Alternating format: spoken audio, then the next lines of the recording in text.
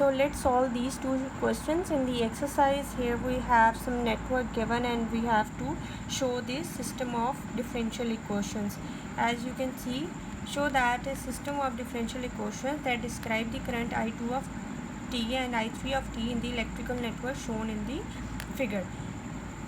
I have this figure and I have to show these two differential equations. Let us solve these two let us solve or make a differential equation of these loop and satisfy these two differential equations. So here I have the notebook and I am going to show you how to solve these you can say these networks. So this is the figure I have and I am going to solve it. So first thing is, this is the whole loop or this is the whole figure and I am going to solve this. So first loop is this one and the second loop is this one. This is, you can say, the loop 1 and this is the loop 2. First we can apply the Kirchhoff law. According to the first Kirchhoff law, we have I1 which is equals to I2 plus I3. We can say this is the equation 1 by the Kirchhoff first law, and then we apply the Kirchhoff, you can say, then we apply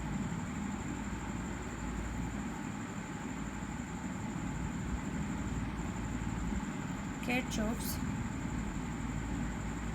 second law on loop first, जैसे कह लो आई.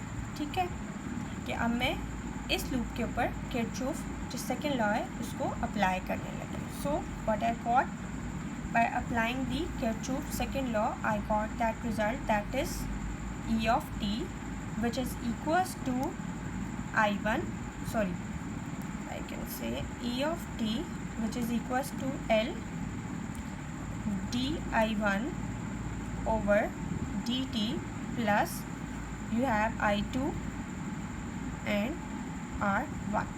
So this is the, you can say, this is the differential equation for the first loop. Further I am going to substitute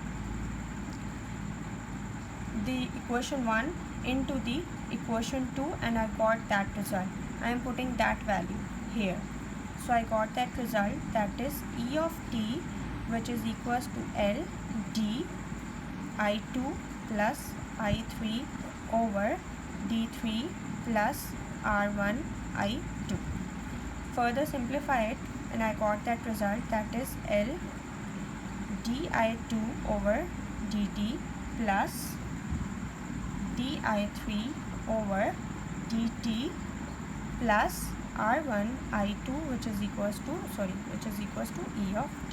So I got that equation. This is the final result, or you can say further I am simplifying it and I got L di2 over dt plus L di3 over dt plus R1 I2. I can say this is the result. So further now I am applying the Kirchhoff's second law to that loop. You can say only this one. To that loop I am going to apply the Kirchhoff's second law. So here we have only a resistance and a capacitance. We don't have any electromotive force. So I got that result, that is by applying, you can say, by applying Kirchhoff's second law on loop 2, we got that result, that is if we take that direction then these two came with the negative sign. If I am taking this direction, so this result will be in negative direction, would be in negative sign. So first I can write this one, I3 R2 plus, you can say, Q over C plus, sorry, minus, because that is in opposite direction. So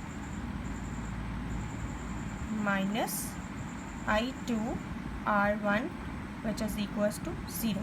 I got that result, or this, you can say this is some equation 2 and this is the equation 1 and this is the equation 2.